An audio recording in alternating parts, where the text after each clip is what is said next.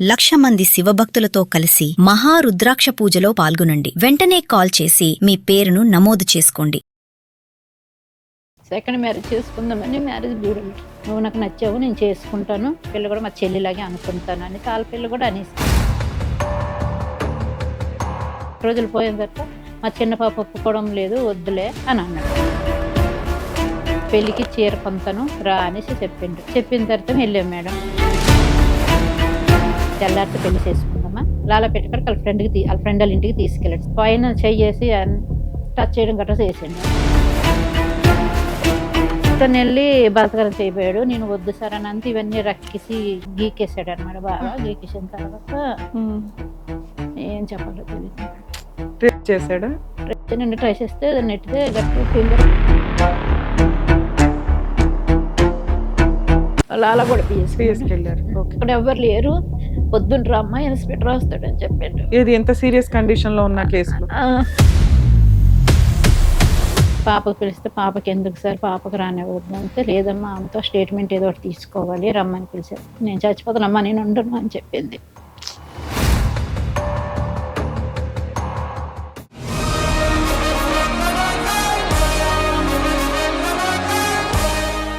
Madam నమస్తే అండి. ఎక్కడి నుంచి వచ్చారు, ఏంటి హైదరాబాద్ మేడం. ప్రాబ్లం ఏంటమ్మా? నాకు ఫస్ట్ మ్యారేజ్ అయింది. ఒక పాప 2 సంవత్సరాలు మా ఆయన వదిలేసి వెళ్ళిపోయాడు. 17 సంవత్సరాలు అవుతుంది ఫస్ట్ మ్యారేజ్ అయ్యి. అతనితో ఒక పాప, మీకు ఒక పాప. 17 సంవత్సరాలు ఉండిపోయాను. ఇప్పుడు మొన్న ఒక 8 మంత్స్ అవుతుంది మేడం. సెకండ్ మ్యారేజ్ చేసుకుందామని మ్యారేజ్ బ్యూరోలో చిక్కడపల్లి వెళ్ళాము. తోడు పోగరం అంతే.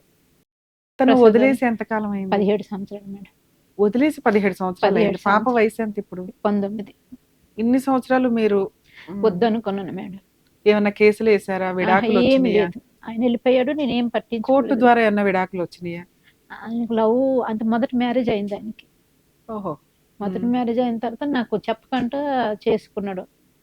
గుళ్ళో చేసుకున్నాడు. ఏం ఫోటోలు ఏం తీయలేదు. మామూలుగా ఎక్కడికి వెళ్తే ఫోటోలు ఉండేవి, నాకు తీసుకుండేవాడు. అలాగే పాప బర్త్ సర్టిఫికేట్ లో ఫాదర్ పేరు ఉందా? పేరు ఉంది మేడం. మీ ఆధార్ కార్డు లో వాటిలో ఆయన పేరు ఉందా? ఆయన పేరు ఉంది. అది క్యాస్ట్ కలవలేదు, ఆయనది నాది. కానీ మా పాప క్యాస్ట్ సర్టిఫికేట్ అన్ని చేశాను మేడం. ఎస్టీ అని. ఇప్పుడు 17 సంవత్సరాల తర్వాత మెయింటెనెన్స్ గానీ ఏమి తీసుకోలేదు. ఎలా బతికారు మరి పాప? వంట పని చేస్తాను. వంట పని చేస్తాను. మరి ఎన్ని సంవత్సరాల్లో మీకు ఎప్పుడు అనిపించలేదా పాపకి మీకు ఒక తోడు కావాలి అని? అనిపించలేదు. అంటే అతను వస్తాడు వెనక్కి అనుకున్నాను. పాపకి గవర్నమెంట్ స్కూల్లోనే 10th వరకు చదివించాను. ఎందుకు విడిపోయారమ్మా మీ ఇద్దరు? తెలియదు మేడం. అదేని ఆయనకి పెట్టుకుంటారు అనేసి భార్య ఉంది, నువ్వు ఉండగా మళ్ళీ ఇంకో ఆమెను పెట్టుకున్నాడు. ఆయన తర్వాత సరే ఏం పని చేసేవాడు? Government employee madam. అయితే ఎందుకులే ఈ టార్చర్ ఉండలేము. అడిగితేమో గట్టిగా అడిగితేమో కొట్టిసాలు అక్కలతో కొట్టించి నిన్ను ఇక్కడ చంపి అడిగేటోళ్ళు ఎవరు లేరు అని అన్నారు. బనగానపల్లి మేడం. అది ఎక్కువ నేను వెళ్ళిన 2 రోజుల్లోనే ఒక మర్డర్ కూడా అక్కడ జరిగింది. ముస్లిమ్స్ చంపేయడం గట్రా జరిగింది. ఏదైనా అయితే నా పిల్లలకి. వాళ్ళు ఎవరు, మీరెవరు? వాళ్ళు అంటే వేరే ఆ ఊర్లోనే మర్డర్లుగా జరుగుతుంటాయి మేడం. భయం వేస్తారు, రాయలసీమ కదా అనేసి. నీకు ఎక్కడ చంపి పాతేసినా నీకు ఎవరు అడిగేటోళ్ళు లేరు అనేసి అని అనగా నాకు భయం వేసింది. రాత్రికి రాత్రి పిల్లకి పట్టుకొని నేను వచ్చేసాను. వచ్చి హైదరాబాద్లోనే బతుకుతున్నాను. అలా బతుకుతుంటే మొన్న 8 మంత్స్ అయింది మేడం. ఆగస్టులోనైతే తోడు కావాలనేసి అంత మా ఫ్రెండ్ ఒక ఆమె అన్నది, ఎన్ని సంవత్సరాలు అంత కదా పిల్ల అయితే నువ్వు ఒక్కదరవ అయిపోతావు కదా వెళ్ళు అని అన్నది. అంతే చిక్కడపల్లి వెళ్ళాను. ఒకసారి వెళ్ళాను, నచ్చలేదు నాకు, వచ్చేసాను. పిల్లకి యాక్సెప్ట్ చేయడం లేదు ఎవరు అనేసి. 2వ టైం వెళ్ళాను. మళ్ళీ పిలిచారు వాళ్ళు, వెళ్ళాను. ఒక ఆయన నేను ఏమో వద్దనుకున్నాను. అబ్బా ఇవన్నీ చూస్తుంటే ఒకలాగా ఉంది, వద్దులు అనుకుని వచ్చేసాను బయటికి. వచ్చేస్తే ఒక ఆయన ఎల్బీ నగర్లో ఉంటారు బ్రాహ్మణ్స్. ఆయన ఏం చేశాడంటే మీరేంటోళ్ళు అని అడిగారు.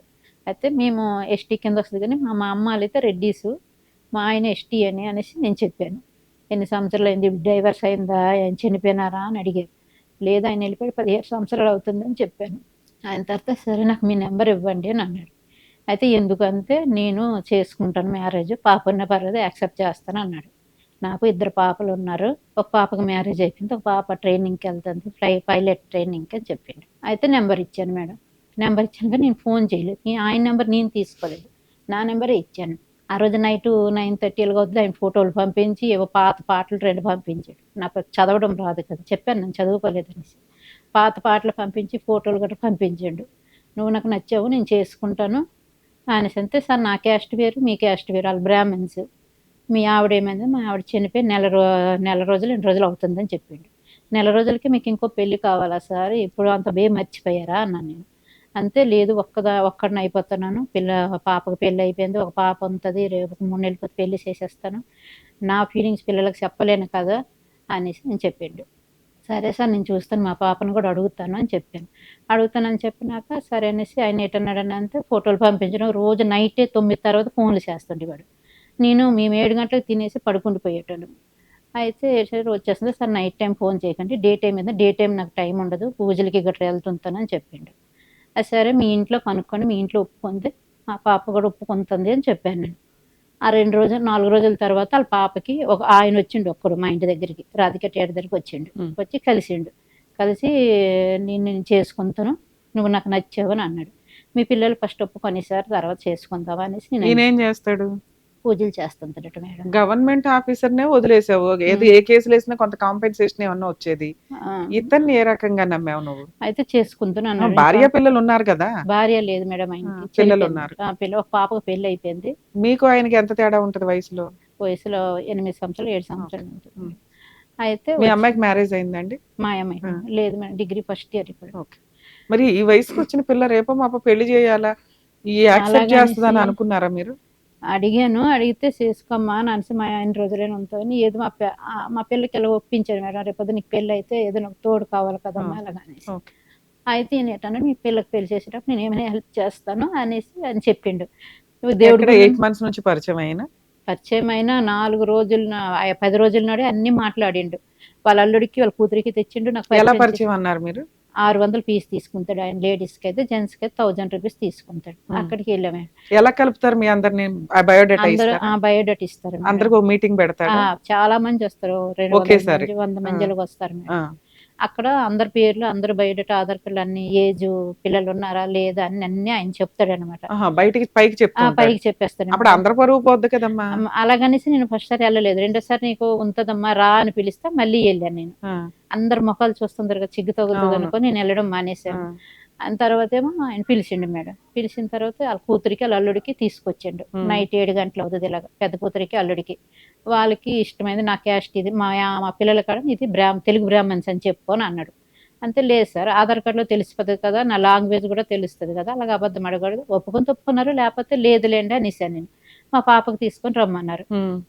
మా పాప నేను వెళ్ళాం మేడం. వెళ్ళిన తర్వాత వాళ్ళ కూతురికి అల్లుడికి నచ్చారు. నచ్చిన తర్వాత ఓకే మేము అన్ని దగ్గర తిరుగుతాము నీకని చూస్తాము పర్వాలేదు ఆ పిల్ల కూడా మా చెల్లిలాగే అనుకుంటాను అనేసి వాళ్ళ పిల్ల కూడా అనేసింది. అని వెళ్ళిపోయారు. వెళ్ళిపోయిన తర్వాత అక్కడికి 2 రోజులు పోయిన తర్వాత మా చిన్న పాప ఒప్పుకోవడం లేదు వద్దులే అని అన్నాడు. వద్దులే అంతా మానేయండి సార్ ఇంకంతవరకు మాట్లాడకండి అనేసి నేను నెంబర్ డిలీట్ చేసేసిన తర్వాత మళ్ళీ 2 days తర్వాత ఫోన్ చేసిండు. ఫోన్ చేస్తే మళ్ళీ ఏమైంది అని అంటే లేదు మా పాప వెళ్ళిపోతుంది సంబంధం ఒకటి వచ్చింది ఎల్బీ నగర్ నుంచి పెళ్లి చేసేస్తాను నా కొట్టు. మీరు ఎస్టీనా? ఆయన బ్రాహ్మిన్స్ మేడం. మిమ్మల్ని చేసుకున్నా కలిసి ఉంటాడు అని మీకు అనిపించిందా? ఆయన ఒట్లేసాడు మేడం దేవుడి గుడి కాడ నేను చేసుకుంటాను కాదండి అక్కడ ఆల్రెడీ బ్రాహ్మణ సంబంధాలు కూడా ఉండుంటాయి. చేసుకున్నాడు బ్రాహ్మణ సంబంధాలు ఎవరు ఏంటనేసి నచ్చక నేను వెళ్ళడం లేదు తిరుగుతున్నాను అని చెప్పిండు.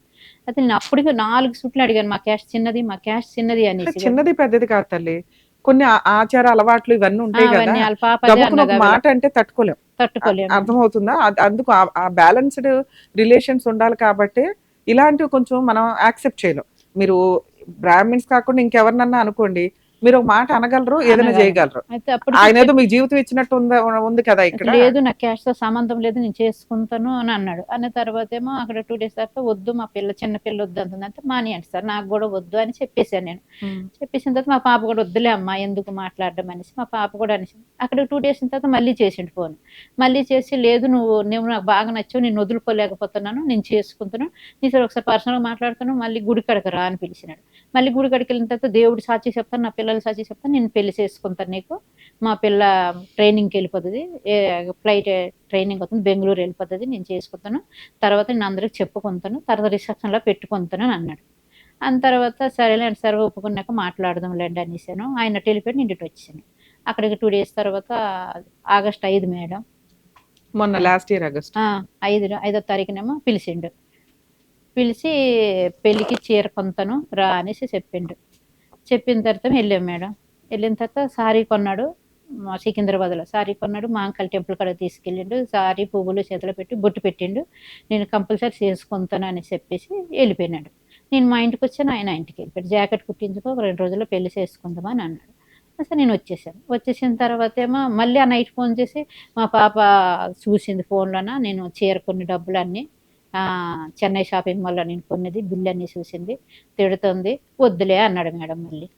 నాకీ నసొద్దు సార్. ఈ టార్చర్ వద్దు. రోజు మీరు ఇప్పుడు దౌనంతరు, రేపు పాదంతన్నారు. ఇప్పుడే ఇలాగుంటే మీరు ఇంక లైఫ్ లాంగ్ ఇంక ఇలాగుంటారని గ్యారంటీ లేదు. నాకు వద్దులేండి సార్ మానేయండి. మీ చీర మీరు తీసుకెళ్ళిపోండి. నాకు ఒక ఎవరిచ్చినా నాకు వద్దు అన్నాను నేను. అంతే లేదు ఇచ్చాను అనుకోను. అంత ఇచ్చాను నేనేమి ముష్టిదాన్నా నాకేమైనా మీరు ధర్మం చేయనంటే అది మీ ఇంటికాడికి వచ్చి నేను అడుక్కున్నానా? తీసుకెళ్ళిపోండి మీ చీర మీ పిల్లలు ఎవరైనా కట్టుకుంటారు. కొత్త చీరే కదా అన్నాను నేను. లేదు లేదు ఫ్రెండ్ లాగా ఇచ్చాను అనుకో పోనీ ఉంచుకో అని అన్నాడు. లేదు సార్ మీరు ఎప్పుడైనా ఇటు వచ్చినాడైనా నేను అటు వచ్చినాడైనా మీ చీర మీకు ఇచ్చేస్తానని చెప్పాను. ఆయన తర్వాత సరేలే అనేసి పెట్టేసేయండి. ఎంత చీర? చీర 8,000 అయింది మేడం. అబ్బా! కొన్నాను.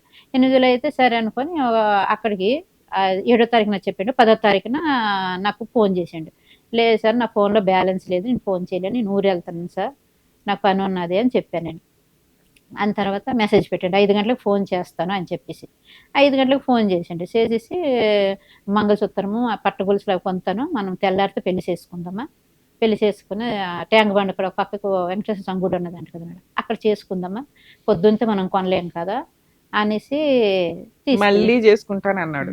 5వ తారీఖు రోజు ఏరుకునే రోజు రూమ్ ఫ్రెండ్ పంతులు ఉంటాడు రా వెళ్దామా జాతకం చూపిస్తాం అన్నాడు మేడం. లాలపేట కాడికి వాళ్ళ ఫ్రెండ్ వాళ్ళ ఇంటికి తీసుకెళ్ళాడు. శివాలయం ఉంటుందా ఎదురుగా ఒక రూమ్ ఉంటుంది అయింది. అక్కడికి తీసుకెళ్ళిన తర్వాత 5వ తారీఖు 7:30కి 7 గంటలకు తీసుకెళ్ళాడు మేడం. తీసుకెళ్ళిన తర్వాత ఏమో పైన చెయ్యేసి టచ్ చేయడం గట్రా చేసిండు. అయితే వద్దు సార్ పెళ్లి కాకముందు అలా చేయకండి. నేను వచ్చేసాను కాబట్టి వచ్చిన తర్వాత సారీ ఏమనుకోకు నేను పెళ్లి చేసుకుందాం అని చెప్పిన తర్వాత ఆయన అటు వెళ్ళిపోయినా.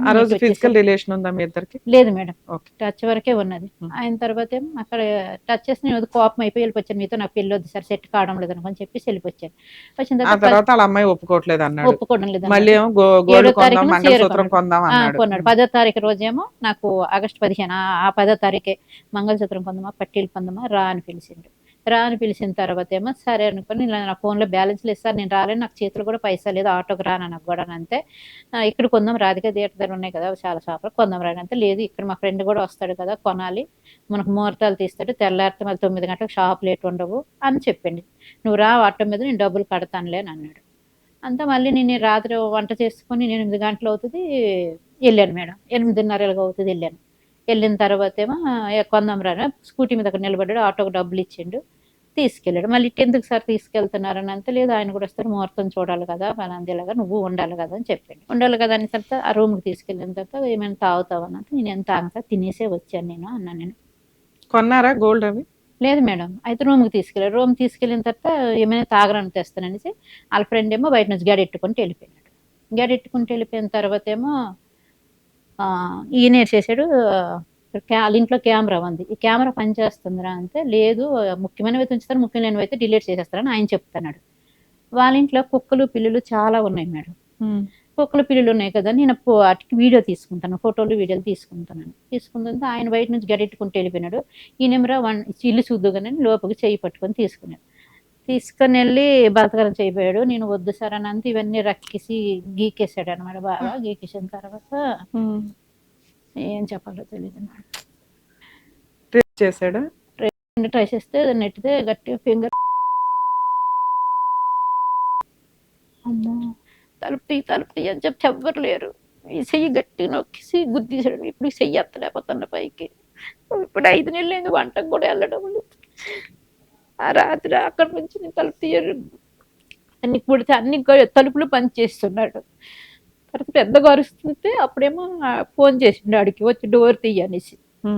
డోర్ తీయనంటే డోర్ తీస్తే నేను వచ్చేస్తూ ఉండు నీకు దింపుతానని చెప్పేసి మరి ఆ చీకట్లో నీకైతే అందులో తెలియదు కదా స్కూటీ మీద రోడ్డు వరకు దింపిండు. రోడ్డు వరకు దింపేసిన తర్వాత నేను మరి పెళ్లి చేసుకోలేను మీది క్యాస్ట్ చిన్నది అని చెప్పేశాడు. నేనేమన్నది ఒక్క మాట కూడా ఆడలేదు మేడం.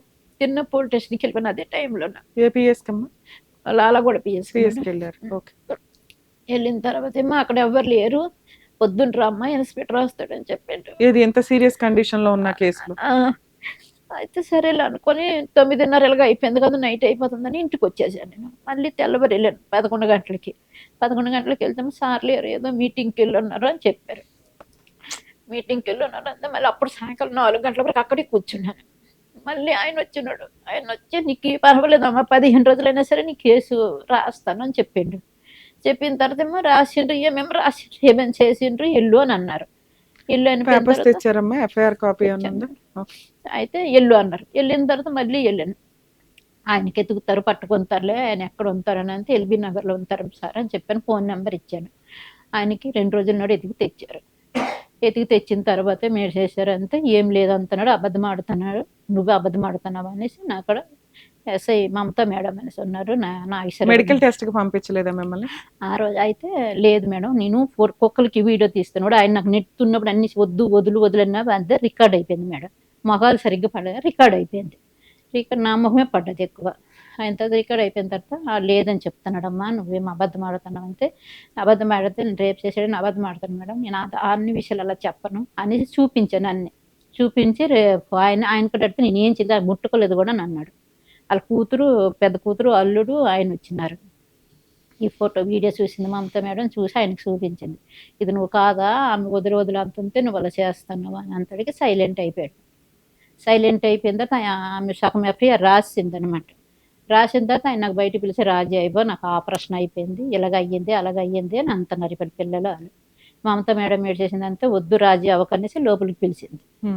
పిలిచి సంతకాలు పెట్టించుకుంది. రాత్రి 12:30 భరోసా ఆఫీస్కి కూడా వెళ్ళాము.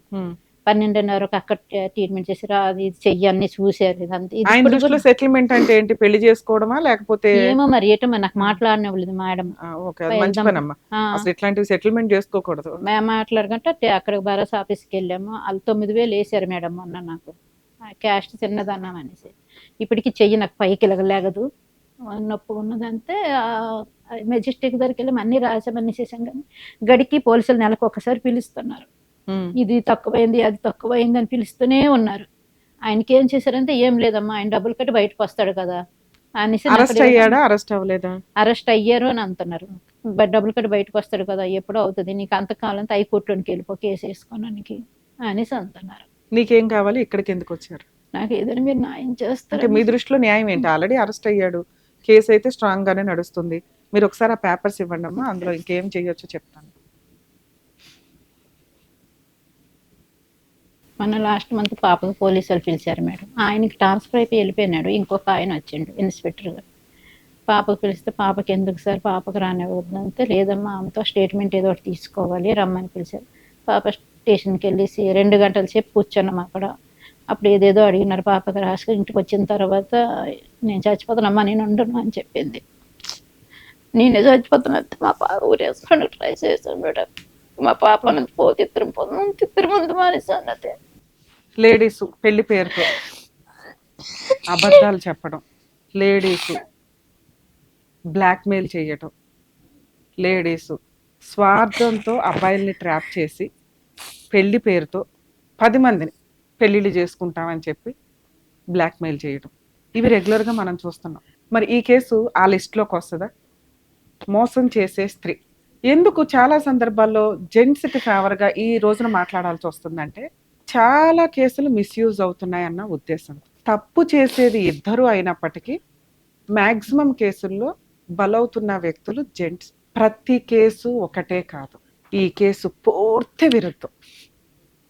ఒక స్త్రీ ఇక్కడ కూర్చొని, ఇక్కడ మా రమ్య గారి ముందు కూర్చోవాలంటే మ్యాక్సిమం ఒక భయపడతారు. తప్పు చేసిన వాళ్ళు ఎవరు ఇక్కడికి రారు, న్యాయం కావాలి అనుకునే వాళ్ళు ఇక్కడికి వస్తూ ఉంటారు. నాతో మాట్లాడేటప్పుడే నేను కొంత అబ్జర్వ్ చేయగలుగుతాను ఏది నిజం ఏది అబద్ధం అని. బయట దగా చేసే లేడీస్ అంతా ఒకవైపు ఉంటే, కొన్ని సందర్భాల్లో అనిపిస్తుంది ఎట్లాంటి కేసులు ఉండాలరా బాబు జెంట్స్ తోలు తీయడానికి అని. ఎందుకంటే ఇలాంటి బాధితుల్ని రక్షించాలి అంటే కనీసం ఇలాంటి చట్టాలు ఉండాలి. లేడీస్నన్నా కంట్రోల్ చేయొచ్చేమో కానీ జెంట్స్ని కంట్రోల్ చేయడం కుదరదు, జరగదు. ఎందుకంటే కొన్ని 100 సంవత్సరాలు పట్టింది లేడీస్కి ఉపయోగపడే విధంగా చట్టాలు తీసుకురావడానికి. కానీ ఇలాంటి బాధితులు ఉపయోగించుకోవాల్సిన కేసుల్ని, చట్టాలని మిస్యూజ్ చేస్తూ, బ్లాక్మెయిల్ చేస్తూ కొంతమంది అమ్మాయిలు చేస్తున్న రాంగ్ ఫైలింగ్స్ వల్ల ఈ రోజున ఈ బాధితురాలు పోలీస్ స్టేషన్కి వెళ్ళటానికి కూడా భయపడుతుంది, ఇబ్బంది పడుతుంది. వింటుంటే మేబీ మీకు మేము కొంత టెలికాస్ట్ చేస్తామేమో కానీ ఒళ్ళు జలదరించిందండి. Too much. ఒక తోడు కావాలి అనుకొని మ్యారేజ్ బ్యూరోకి వెళ్ళింది. ఎక్కడ సోషల్ మీడియాలో ట్రాప్ చేసుకుంటూ కూర్చోాల, అతని దగ్గర నుంచి ఏమీ డబ్బులు తీసుకోవాల.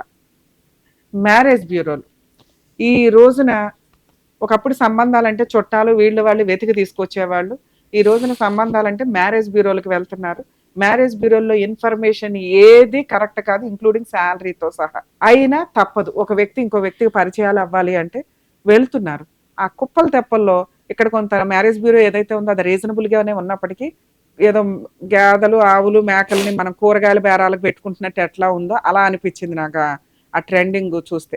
ఏది అందరిని ఇటు 100 మందిని అటు 100 మందిని పిలిచి ఒక్కొక్కరిని స్టేజ్ ఎక్కించి ఈవిడ పేరు ఇది, ఈవిడ క్వాలిఫికేషన్స్ ఇవి, ఈవిడ క్యాస్ట్ ఇది, ఈవిడ వ్యాపారం ఇది, ఇతని క్యాస్ట్ ఇది, ఇతని పని ఇది, ఇతని జాబ్ ఇది, ఇతని ఫలానా, అలా ఆవిడ ఇప్పుడు చనిపోయింది, ఇలా ఆయన ఇప్పుడు చనిపోయాడు, వీళ్ళు ఎలా విడాకులు తీసుకున్నారు. ఇది ఒక్కళ్ళకే తెలియదు. వీళ్ళ సంబంధం ఏదో ఒకటి వస్తుంది అనుకుంటే మిగతా 99 మంది చూస్తారు. ఈ ట్రెండ్ కొంచెం బాగాలేదు. కాస్త మ్యారేజ్ బ్యూరోలు ఎవరో ఇలా మ్యాచెస్ చూసేవాళ్ళు కొంచెం ఆలోచించండి, ఇది కరెక్ట్ కాదు అని. ఎందుకంటే ఆ వ్యక్తే కాదు, ఇంకొక 10 మంది కూడా ట్రాప్ చేస్తూ ఉంటారు. లేడీస్ ఖచ్చితంగా జాగ్రత్త పడాల్సిందేనండి. ఇంత అన్యాయం జరిగినాక పాప మీ అమ్మాయికి వెనకాల బ్యాక్గ్రౌండే లేదు. ఎవరో ఒకప్పుడు ఏదో అయిపోయింది, ఒక కూతురు వచ్చింది ఈ రోజున. ఆ పిల్ల ఎంత అవమానం ఫీల్ అవుతుంది ఒక అమ్మ చేసిన తప్పటడుగు వల్ల. పోనీ అమ్మ తప్పటడుగు వేసిందా? వేయలా. కనీసం కూతురికి ఒక తోడు అమ్మ నాన్నగా ఉండి పెళ్లి చేసి తను వెళ్ళిపోతే నాకు ఒక తోడు ఉంటారు ఈ వయసులో, నేను నాకు వైపు ఓపుకున్నంత వరకు ఒక వ్యక్తికి హెల్ప్ చేయగలుగుతాను, సేవ చేయగలుగుతాను, ఆయన నాకు తోడుగా ఉంటాడన్న ఒక్క ఉద్దేశంతో, ఒక మంచి ఉద్దేశంతో వెళ్ళింది. ఎంత దారుణం అండి. బట్టలు కొంటానని చెప్పింది. అసలు నేను వింటున్న స్టార్టింగ్లోనే మేబీ మీకు అనిపించవచ్చు, అబ్జెక్షన్ చేసుకుంటూ వచ్చా. అదేంటి వాళ్ళు బ్రాహ్మిన్స్ కదా, మీరు ఎస్టీ, చేసుకుంటాడని నువ్వు ఎట్లా నమ్మావు తల్లి అంటే, ట్రాప్ చేయడం. వెనకాల ఎవ్వరు లేదు, చక్కగా ఉంది. వాడు వదిలి అవసరం పడేస్తే ఏం అనటానికి లేదు. 80% కేసులు వెయ్యరు తెలుసా ఇలాంటి కేసుల్లో. పరువు పోతుంది, నీ ఒళ్ళు కొవ్వెక్కిందా తల్లి నీకు తెలియదా అనేస్తారు పుసుక్కుని. ఇలాంటి సందర్భంలోనే రేపులు జరుగుతున్న కేసుల్లో మోసపోయిన ఆడపిల్లలు పోలీస్ స్టేషన్లకు వెళ్ళేది చాలా తక్కువ. వాళ్ళే లవ్ చేశారు, వాళ్ళే వచ్చారు, అయినా నీ బుద్ధేం అయ్యింది, నువ్వు మంచోడివేగా. ఇక్కడ పరిస్థితి వేరు. ఆయనే పిలిచి గోల్డ్ కొందాము, నా మంగళసూత్రం కొందాం అని చెప్పి ఫ్రెండ్ రూమ్కి తీసుకెళ్ళి జ్యోతిష్యం చూపిద్దామని రేప్ చేసిన సందర్భాలు చెప్పుకోవడానికే చాలా ఇబ్బందికరంగా ఉంది. ధైర్యం చేసే తల్లి మీకు నిజంగా హ్యాట్స్ ఆఫ్ చెప్తున్నాను, మీరు ధైర్యంగా పోలీస్ స్టేషన్కి వెళ్ళారు. కానీ ఇలాంటి కేసులు పెట్టేటప్పుడు పోలీస్ స్టేషన్స్లో కొంచెం ఎవిడెన్స్లన్నీ అడుగుతారు. ఎందుకంటే చాలా పెద్ద కేసు, నార్మల్ కేసుల కంటే కూడా పెద్ద కేసు. మనం ఈ మధ్య సోషల్ మీడియాలో కానీ వీటిలో కానీ చూస్తున్నాం, సెలబ్రిటీ పిల్లలు, పొలిటికల్ లీడర్స్ పిల్లలు మైనర్ అమ్మాయిలతో ఫ్రెండ్షిప్ చేసి మైనర్ అమ్మాయిలే వచ్చి మీద పడినా కూడా అది చాలా స్ట్రాంగ్ కేసు. ఆ అబ్బాయిలు జాగ్రత్త పడండి అని 100 సార్లు చెప్తున్నాం. తెలిసి తెలియక, లీగాలిటీ తెలియక కొంతమంది ఆ అమ్మాయి వచ్చింది, ఆ అమ్మాయి మీద పడింది, ఆ అమ్మాయి డ్రగ్, ఇవన్నీ వేస్ట్ మాటలు.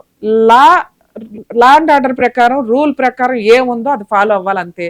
సెలబ్రిటీ పిల్లలు, పొలిటికల్ లీడర్స్ పిల్లలు, అసలు ఆర్డినరీ మగ పిల్లలు ఎక్కువ జాగ్రత్త పడాలి మైనర్ అమ్మాయిల విషయంలో.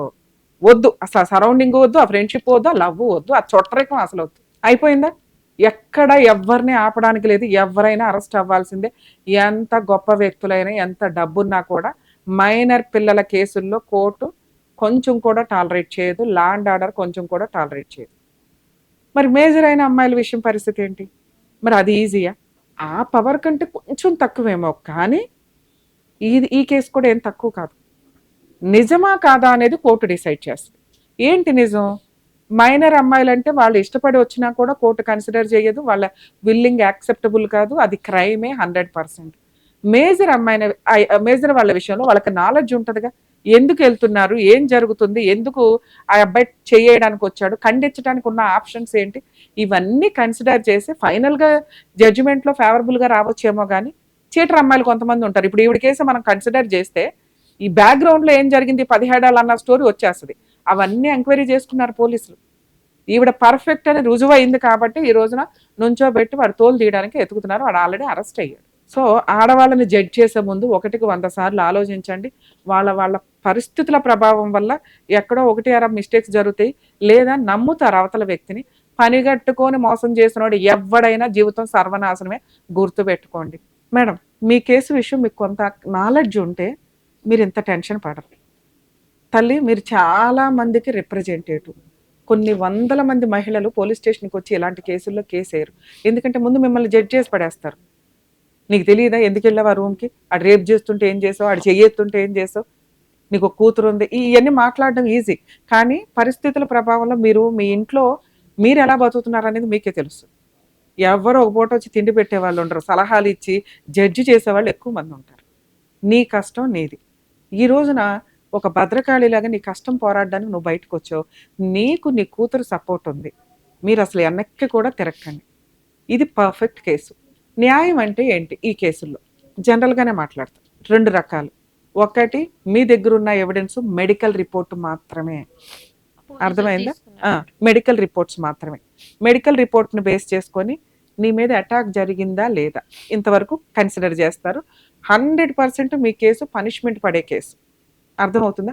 కానీ కేసు పెట్టడానికి ముందు ఇది FIR copy, complaint copy, charge షీట్కి మధ్యలో అతన్ని అరెస్ట్ చేయడం జరుగుతుంది.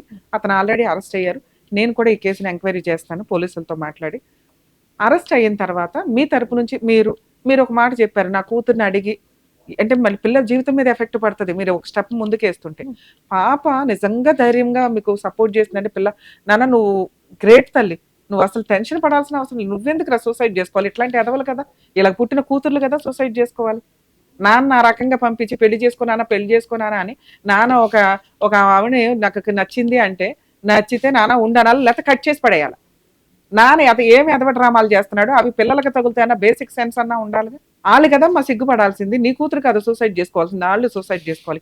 ఈ ఎపిసోడ్ చూస్తే కనుక అమ్మ వెంకయ్య గారి పిల్లలు మీకు నమస్కారం. బ్రాహ్మిన్స్లో ఇలాంటి హీనమైన లక్షణాలు చాలా తక్కువ ఉంటాయి. అది మీ నాన్నగారికి ఉన్న లక్షణాలు. కొంచెం ఆయనకు బుద్ధి చెప్పండి. ఈవిడికి న్యాయం చేయడానికి ఒక స్త్రీగా మీరు ఒక అడుగు బయటకు వేయండి అని నా రిక్వెస్ట్.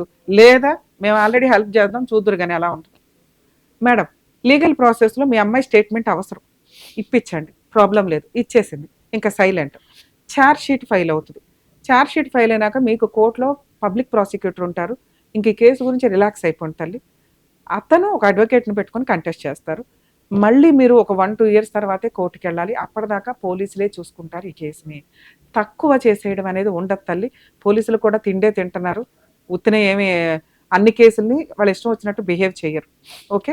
రెండో ప్రాసెస్, మ్యాక్సిమం ఇట్లాంటి కేసుల్లో సెటిల్మెంట్లకు వస్తూ ఉంటారు, కాంపెన్సేషన్ అని కానీ అది కానీ. 2 రకాల పనిష్మెంట్లు ఉంటాయి కోర్టులో ఎప్పుడు కూడా. ఒకటి ఫైన్, 2 జైలు. ఇక్కడ ఈ కేసులో 2 జడ్జి గారు ఫైన్ వేస్తారు ఫైనల్గా. ఇది ఒక 3 to 4 years నడుస్తుంది ఇంకా కేసు. కొంతమంది ఇట్లా ఇప్పుడు నీ కూతురు ఆల్రెడీ స్టేట్మెంట్ ఇచ్చి రావడానికి ఇబ్బంది పడిపోయింది. రేపొద్దుట ఆ బెంచ్ మీదకి ఎక్కి చెప్పేటప్పటికి ఇంకెంత అవమానం పడుతుందో. కాబట్టి కొన్ని సందర్భాల్లో ఆ ఫైన్ ఏదో బయట అవుట్ ఆఫ్ కోర్టులో వేసి కాంపెన్సేషన్ రూపంలో తీసుకొని కేసుని హాస్టైల్ చేసుకోవడం ఒకటి. ఇది ఫ్యూచర్లో మీకు ఒక ఆఫర్ వస్తే ఈ ఆఫర్ని వాడుకోమనే చెప్తాను. 2, నేను కూడా ఈ కేసును ఒక ఫాలోఅప్ చేస్తానండి, మీకు అందుబాటులో ఉంటాను, మీరు టెన్షన్ పడకుండా. సరేనా? మీరు ధైర్యంగా ఉండండి తల్లి. నేను ఎస్ఐతో కూడా ఒకసారి మాట్లాడతాను. ఛార్జ్ షీట్ అయ్యిందంటే రెగ్యులర్గా ఏం జరుగుతుంది, ఏం చేస్తే బెటర్ అనే దాంట్లో కూడా నేను మీకు అందుబాటులో ఉంటాను 100%. సరేనా? ధైర్యం ఉండండి. All the best. చూడండి, ఒక మహిళ ధైర్యంగా ఇట్లాంటి కేసుల్లో, మీరే చీటర్స్ అయితే దయచేసి కేసులు వేయకండి, కానీ అన్యాయం జరిగినప్పుడు మాత్రం కొంచెం కూడా టాలరేట్ చేయకండి. ఎందుకంటే మిమ్మల్నే కాదు ఇంకొక 10 మందిని వాడు మోసం చేసుకుంటూ వెళ్తాడు. కాబట్టి ఇటువంటి అన్యాయమైన కేసుల్లో మీ పేరు బయటకు రావద్దన్నా కూడా ఖచ్చితంగా పోలీసులు మీకు సపోర్ట్ చేస్తారు. లీగల్ ప్రాసెస్లో మీకు కొంత టైం పట్టొచ్చేమో కానీ వాళ్ళకి అయ్యే లీగల్ ఎక్స్పెన్సెస్ చాలా ఎక్కువ ఉంటాయి. అలాగే వాళ్ళ కనీసం కోర్టుల చుట్టూ తిరగడం అనేది కూడా ఒక పెద్ద పనిష్మెంట్ కింద లెక్క. ఆ టైప్ ఆఫ్ పనిష్మెంట్ ఇవ్వండి. దయచేసి ఎవరికైనా ఇటువంటి సెక్సువల్ అబ్యూజులు, స్టూడెంట్స్ కానీ ఇళ్లలో ఉన్న మహిళలు కానీ పూర్తిగా సెక్సువల్ అబ్యూజ్ ఏదన్నా జరిగితే, అది హానెస్టీ కేసు అయితే ఖచ్చితంగా న్యాయవేదిక ప్రోగ్రామ్ని అప్రోచ్ అవ్వండి. మా వంతు ప్రయత్నంగా మేము మీకు చేయగలిగిన లీగల్ హెల్ప్ చేయగలుగుతాం.